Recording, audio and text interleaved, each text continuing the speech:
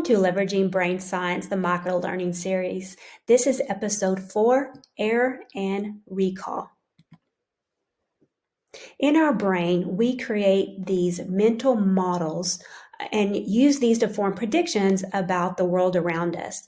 But when these predictions are false, it creates an error alarm.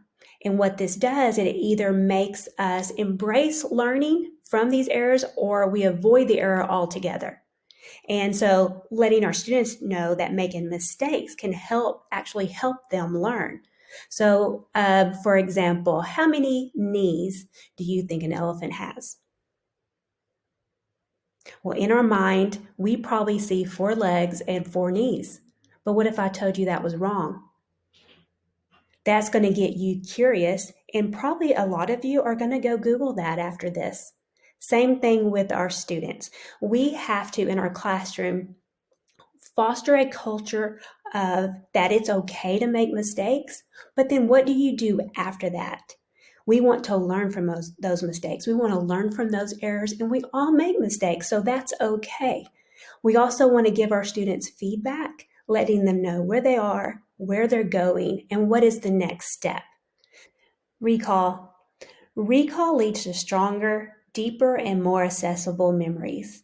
If we can get our students to retrieve a memory from their brain, they are going to remember that more. And the more times we have them pull that memory, the better they're going to get with learning the information. So what we need to do is have things like open-ended questions, summarizations, and in our classroom, we're going to embed the retrieval process into our lesson. We can also utilize flashcards with recall and feedback. So a lot of times we think that once we get a flashcard correct, we need to discard it.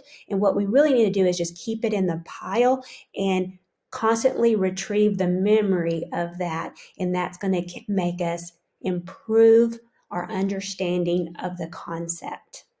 If you're interested in learning more about error and recall, you can click the link below. It will take you to a Google slide and a video.